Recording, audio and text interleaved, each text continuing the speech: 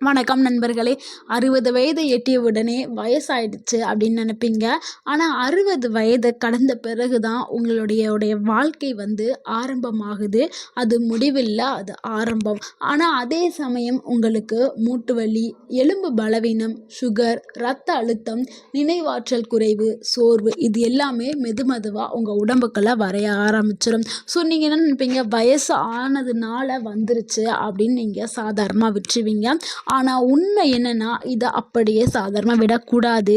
நீங்கள் சாப்பிடக்கூடிய உணவுகளை, உணவு பழக்கங்களை நீங்கள் மாற்றினால் இந்த பிரச்சனைகள் அனைத்துமே தானாக உங்களை விட்டு போக ஆரம்பிக்கும். ஸோ உங்கள் உடம்பு எப்படி முதுமையில் இயங்கும்னா, நீங்கள் சாப்பிடக்கூடிய உணவை வச்சு தான் உங்களுடைய முதுமையை அது கழிக்க செய்யும். ஸோ நீங்கள் சாப்பிடக்கூடிய உணவு உங்களுடைய முதுமையை கூட தள்ளி வைக்கிறதுக்கு உதவி பண்ணும். அதனால தான் இந்த வீடியோவில் 60 வயதுக்கு பிறகு கண்டிப்பாக சாப்பிட வேண்டிய 5 முக்கிய உணவுகள் என்னங்கிறத நம்ம ஒன்று ஒன்றா பார்க்க போகிறோம். ஸோ இந்த வீடியோவை முழுசாக பார்த்தீங்கன்னா உங்களுக்கு மருந்து தேவை ரொம்ப குறைய ஆரம்பிக்கும். உடம்புல சுறுசுறுப்பு அதிகரிக்க ஆரம்பிக்கும். உங்களுடைய முதுமை தாமதப்படுத்தப்படும். ஸோ அது என்ன உணவுகள் அப்படிங்கிறத இப்போ பார்க்கலாம். நம்ம முதல்ல பார்க்குற உணவு என்னென்னா கீரை தாங்க. கீரைனாவே எல்லாருக்கும் தெரியும், அது ஒரு சிறப்பான உணவு அப்படின்னு. ஆனால் கீரையை வயதானவர்கள் எடுக்கிறதுக்கு ரொம்ப பயப்படுவாங்க.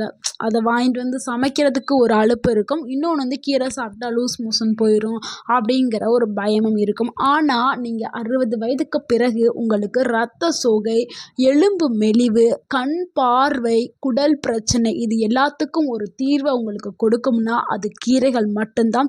ஸோ கண்டிப்பாக 60 வயதுக்கு பிறகு நீங்கள் கண்டிப்பாக கீரை எடுத்தே ஆகணும்.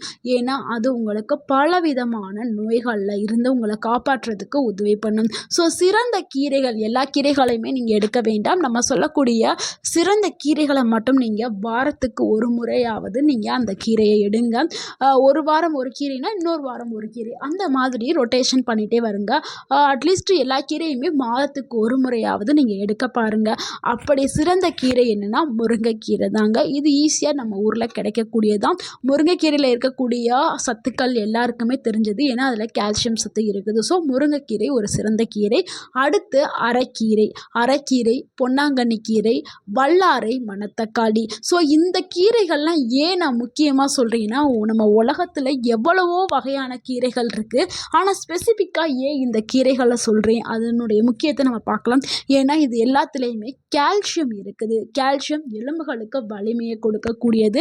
அடுத்து இரத்த சத்து, அதாவது இரும்பு சத்து இருக்குது. ஸோ இரும்பு சத்து இருக்கிறனால உங்களுக்கு இரத்தத்தை அதிகரிக்கிறதுக்கு, உங்கள் உடலில் இரத்த சோகையை ஏற்படுத்தாமல் பாதுகாக்கிறதுக்கு இரும்பு சத்து தேவைப்படுது. ஸோ இந்த கீரைகளில் இது இருக்குது.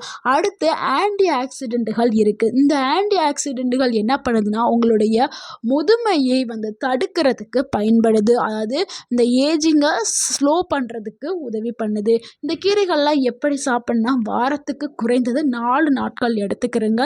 இதை எப்படின்னா கூட்டாவோ, பொரியலாவோ, இல்லை சூப்பாவோ, இரவு நேரத்தில் மட்டும் கீரைகளாக சாப்பிட வேண்டாம், பகல் நேரங்களில் எடுத்துக்கிறேங்க. அப்படி தான் செரிமானம் ஆகிறதுக்கு உங்களுக்கு ஈஸியாக இருக்கும். முக்கியமாக வயதாக ஆக ஞாபக திறன் குறைஞ்சிருக்கும். அந்த ஞாபக சக்தி இருக்கிறாது. நம்ம என்ன பேசுகிறோம், எந்த பொருளை எங்கே வச்சுருக்கோம் அப்படிங்கிறதே நம்மளுக்கு ஞாபகம் இருக்காது. அதனால தான் வல்லாரைக்கீரையை சொல்லியிருக்கோம். ஸோ வல்லாரைக்கீரையை நீங்கள் எடுக்கும் பொழுது உங்களுடைய ஞாபக சக்தி திறன் அதிகமாகும். ஸோ உங்களுக்கு அந்த குழப்பங்கள், மறதி இது எல்லாத்தையுமே தடுக்கிறதுக்கு அந்த வல்லாரைக்கீரை உங்களுக்கு பயனுள்ளதாக இருக்கும்.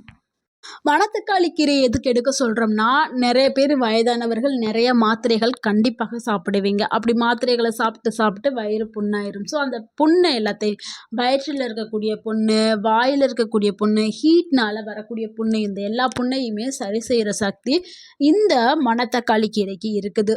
ஸோ அதனால தான் மணத்தக்காளி கீரை செய்கிறோம். அதாவது குளிர் நேரத்தில் ரொம்ப சளி பிடிச்ச நேரத்தில் எடுக்காதீங்க. நார்மலாக இருக்க நேரத்தில் அடுத்து அரைக்கீரை. அரைக்கீரை வந்து எல்லார் வீட்லயுமே நம்ம சமைப்போம். ஆனா, இந்த கீரைய சாப்பிட்டா நல்லது மட்டும் தான் நம்மளுக்கு தெரியும். எதுக்கு நல்லது, ஏன் நல்லது அப்படின்னு தெரியாது. நீங்க தெரிஞ்சுக்கிறங்க. ஏன்னா, இதில நெறைய ஆன்டி ஆக்சிடென்ட் இருக்குது. ஸோ, அது மாரி இரும்பு சத்தும் இதில இருக்குது. இந்த ஆன்டி ஆக்சிடென்ட் என்ன பண்ணுதுன்னா, இந்த அரைக்கீரை தான் நம்மளுடைய அந்த முதுமைய தாமதப்படுத்துறதுக்கு உதவி பண்ணுது. ஸோ, வயதானவர்கள் கண்டிப்பாக அரைக்கீரைய எடுத்துக்கிறது ரொம்ப ரொம்ப நல்லது. நம்மளுடைய நர்வ்ஸு, நம்மளுடைய எலும்பு எல்லாத்தையுமே வலுப்படுத்துறதுக்கும் இந்த அரைக்கீரை வந்து பயன்படுது. இரண்டாவதாக பார்க்கக்கூடிய உணவு என்னன்னா, ஊற வைத்த பருப்புகள் மற்றும் பயறுகள் தாங்க. 60 வயதுக்கு பிறகு தசைய வலிமை குறைய ஆரம்பிச்சிடும். ஸோ, இந்த தசைகள்ல வந்து நம்ம வலிமையாக்கணும், வலுவாக்கணும்னா அதுக்கு முக்கிய காரணங்கள் வந்து புரோட்டீன்ஸ், அதாவது புரதச்சத்து நிறைய நம்மளுக்கு தேவை. ஏன்னா, இது வயது ஆக ஆக புரதச்சத்து குறைபாடு ஏற்படும். புரோட்டீன்ஸ் வந்து நம்ம உடல்ல வந்து கம்மியாக ஆரம்பிக்கும். ஸோ, நம்ம புரோட்டீன்ஸ் அதிகமா இருக்கக்கூடிய பருப்பு வகைகளையும், பயறு வகைகளையும் கண்டிப்பா எடுத்துக்கணும். அதில சிறந்தவை என்ன அப்படிங்கிறத பார்த்துடலாம். ஏன்னா நிறைய பருப்பு பயிர் வகை இருக்குல்ல. இது சிறந்தது அப்படின்னு பார்க்கும்போது பாசிப்பயிறு, கொண்டக்கடலை, கருப்பு உளுந்து. ஸோ இந்த 3மே வந்து ரொம்ப ரொம்ப ஆரோக்கியத்தை கொடுக்கக்கூடியது. பாசிப்பயிரை நீங்கள் ஊற வச்சு அதை முளைக்கட்டி நீங்கள் தானியமாக சாப்பிட்டாலும் சரி, இல்லைன்னா நீங்கள் ஊற வச்சு அதை வேக வச்சு சாப்பிட்டாலும் சரி. கொண்டைப்பயிரும் அதே மாதிரி தான். ஊற வச்சு நீங்கள் பச்சையாக காலையில் எடுத்து சாப்பிட்டாலும் சரி, இல்லை அதை வேக வச்சு சாப்பிட்டாலும் சரி. அதே மாதிரி கருப்பு உளுந்து. கருப்பு உளுந்தை நீங்கள் ஊற வச்சு அதை களியாக கிண்டி சாப்பிட்டாலும் சரி, இல்லை அதில் லட்டு மாதிரி செஞ்சு அதை லைட்டாக வறுத்துட்டு லட்டு மாதிரி செஞ்சு சாப்பிட்டாலும் சரி. ஆனால் ஏதாவது ஒரு வடிவில் கண்டிப்பாக எடுத்து நம்ம சாப்பிடணும். ஏன் இதை நம்ம ஊற வச்சு சாப்பிட்றது ரொம்ப சிறந்தது அப்படின்னு நம்ம சொல்கிறோம்னா, செரிமானம் ரொம்ப சுலபமாக வாய்வு பிரச்சனை வரவே வராது. சத்து முழுசா நம்மளுக்கு கிடைக்கும். ஊற வச்சு சாப்பிட்றதுனால நம்மளுக்கு இவ்வளவு நன்மை இருக்குது. ஸோ எப்படி ஊற வச்சு சாப்பிட்னா, இரவு நேரங்களில் நைட்டே நம்ம தூங்க போகிறதுக்கு முன்னாடியே நம்மளுக்கு தேவையான அளவை எடுத்து ஊற வச்சிடணும். காலையில் வேக வைத்து சுண்டலாவோ கூட்டாவோ நம்ம எடுத்து சாப்பிட்டுக்கிறலாம். இதனால் என்ன ஆகும்னா, மூட்டு வலி குறையும். நம்மளுக்கு வாக்கிங் போகிறதுக்கு, நம்ம நடக்கிறதுக்கு தேவையான எனர்ஜி, சக்தி இது எல்லாமே அதிகமாக கிடைக்கும். நம்மளுடைய கால்களுக்கு, கைகளுக்கு நல்ல ஒரு பலன் வந்து நம்மளுக்கு கிடைக்க ஆரம்பிக்கும். அடுத்து 3வது உணவு என்னென்னா, பால் மற்றும் பால் சார்ந்த உணவுகள். பாலில் தயாரிக்கக்கூடிய அனைத்து பொருட்களுமே வந்து நம்மளுக்கு நன்மையை கொடுக்கக்கூடியது. ஏன்னா 60 வயதுக்கு மேலே நடக்கும் பொழுதும் சரி, தடுமாறும் பொழுதும் சரி, சின்னதாக தான் விழுந்திருப்பாங்க. ஆனால் கைகளில், கால்களில் எலும்பு முறிவு ஏற்படும். ஏன்னா அந்த அளவுக்கு கால்சியம் குறைபாடுனால எலும்பு உடைஞ்சு போகிற மாதிரி இருக்கும். ஸோ அந்த அளவுக்கு அவங்க உடம்புல வந்து கால்சியம் சத்து குறைய ஆரம்பிச்சிருக்கும். ஏன்னா வயது காரணமாக உடலில் வந்து கால்சியம் குறைபாடு ஏற்படும். ஸோ நீங்கள் கால்சியம் சத்தை அதிகரிக்கிறதுக்கு நீங்கள் பால் சார்ந்த உணவுகளையும் பாலையும் கண்டிப்பாக எடுத்துக்கிறணும். ஸோ எதுக்கு ரொம்ப அவசியம்னா, பசும்பால், தயிர், மோர், நெய் இது எல்லாமே நீங்கள் கண்டிப்பாக பயன்படுத்தும். எதுக்காகனா கால்சியம் ப்ளஸ் விட்டமின் டிக்காக. இது ரெண்டையுமே நீங்கள் எடுக்கும் பொழுது எலும்பு முறிவு வந்து கண்டிப்பாக தடுக்கப்படும்.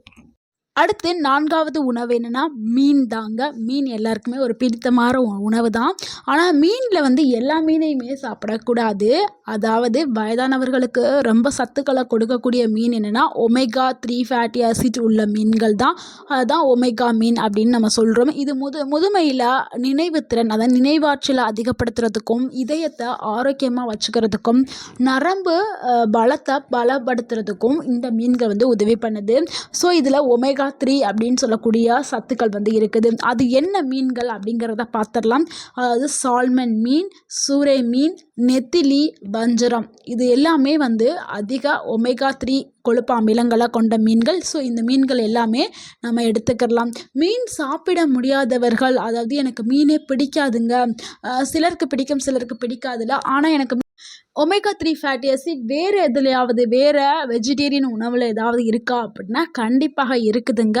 இந்த மீன்களை நீங்கள் சாப்பிடாதவங்க அக்ரூட் அப்படின்னு சொல்லக்கூடிய அதை வந்து நீங்கள் எடுத்துக்கலாம். அடுத்து ஆளி விதை, நம்ம சொல்லுவோம்ல ஆளி விதைகள், நட்ஸில் வரும்ல, அந்த ஆளி விதைகளை நீங்கள் எடுத்துக்கலாம். அதுக்கப்புறம் சியா விதைகள் எல்லாம் ஒமேகா 3 ஃபேட்டி ஆசிட் இருக்குது. ஸோ இந்த 3 இதையுமே நீங்கள் மீன் சாப்பிட முடியாத பட்சத்துக்கு இந்த 3ஐயுமே எடுக்கலாம். ஸோ இதனால் உங்களுக்கு என்ன நன்மை கிடைக்கும்னா, மன அழுத்தம் வந்து குறைய ஆரம்பிக்கும். மறதி நோயிலிருந்து நீங்கள் தள்ளி போகலாம். அந்த அளவுக்கு வந்து இது நன்மைகளை கொண்டது.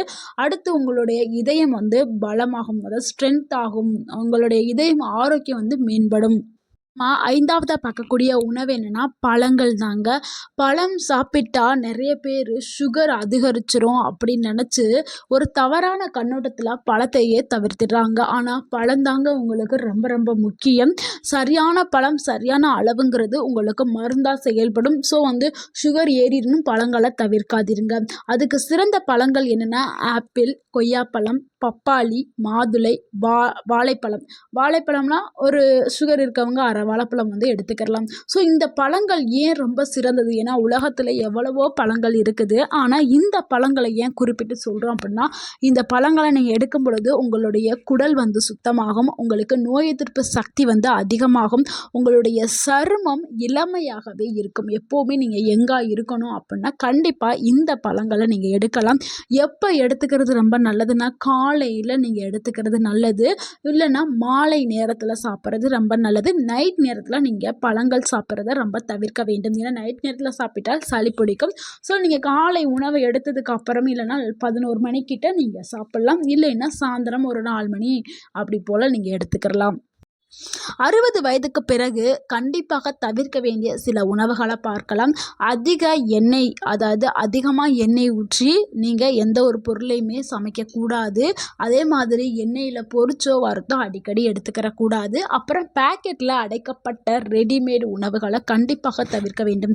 பேக்கெட்டில் அடைக்கப்பட்ட சிப்ஸு, சப்பாத்தி இந்த மாதிரி நீங்கள் கண்டிப்பாக தவிர்க்க வேண்டும். ஏன்னா இப்போ இருக்கிற காலத்தில் நூடுல்ஸ், மேகி அப்படின்னு வந்துருச்சு. ஸோ அதெல்லாம் நீங்கள் கண்டிப்பாக தவிர்க்க வேண்டும். மைதா உணவுகளை தவிர்க்க வேண்டும். அடுத்து வெள்ளை சுகர், அதாவது சர்க்கரை, சீனின்னு சொல்லுவோம்ல, இதை கண்டிப்பாக தவிர்க்க வேண்டும். இது உங்கள் உடலுக்கு ஸ்லோ பாய்சன் மாதிரி வேலை செய்யும். கண்டிப்பாக அதை தவிர்க்க வேண்டும். அதே மாதிரி அதிக உப்பை தவிர்க்க வேண்டும். இரவு நேரங்களில் கனமான உணவுகள், அதாவது ஹெவி ஃபுட்ஸை சாப்பிட்றத நீங்கள் அவாய்ட் பண்ணணும். ரொம்ப ரொம்ப லைட்டாக ஆவியில் வேக வச்சது இல்லை சூப்பு இந்த மாதிரியான உணவுகளை எடுத்துக்கிறணும். நைட் நேரங்களில் சப்பாத்தி, பரோட்டா அண்டு ரைஸ் இந்த மாதிரிலாம் எடுத்துக்காதீங்க. ஏன்னா உங்களுக்கு செரிமானம் ஆகிறதுல பிரச்சனைகள் ஏற்படும். ஸோ வயது காரணமாக நீங்கள் கரெக்டான உணவு பழக்கத்தை நீங்கள் மெயின்டைன் பண்ண வேண்டும். நண்பர்களே, 60 வயசுங்கிறது ஒரு முடிவு கிடையாது. உங்கள் வாழ்க்கையுடைய ஒரு புதிய தொடக்கம். இந்த 5 உணவுகளை நீங்கள் தினசரி உங்கள் வாழ்க்கையில் சேர்த்து சாப்பிட்டுட்டே வாங்க. நீங்கள் எடுத்துக்கிற அந்த மருந்து மாத்திரையோட எண்ணிக்கை குறைய ஆரம்பிக்கும். உங்கள் உடம்பு உங்கள் கைகளுக்கு நன்றி சொல்லும். அந்த அளவுக்கு உங்கள் உடம்பில் நல்ல மாற்றங்கள் ஏற்படும். ஸோ இந்த வீடியோ உங்களுக்கு பயனுள்ளதாக இருந்திருந்தால் இந்த வீடியோக்கு ஒரு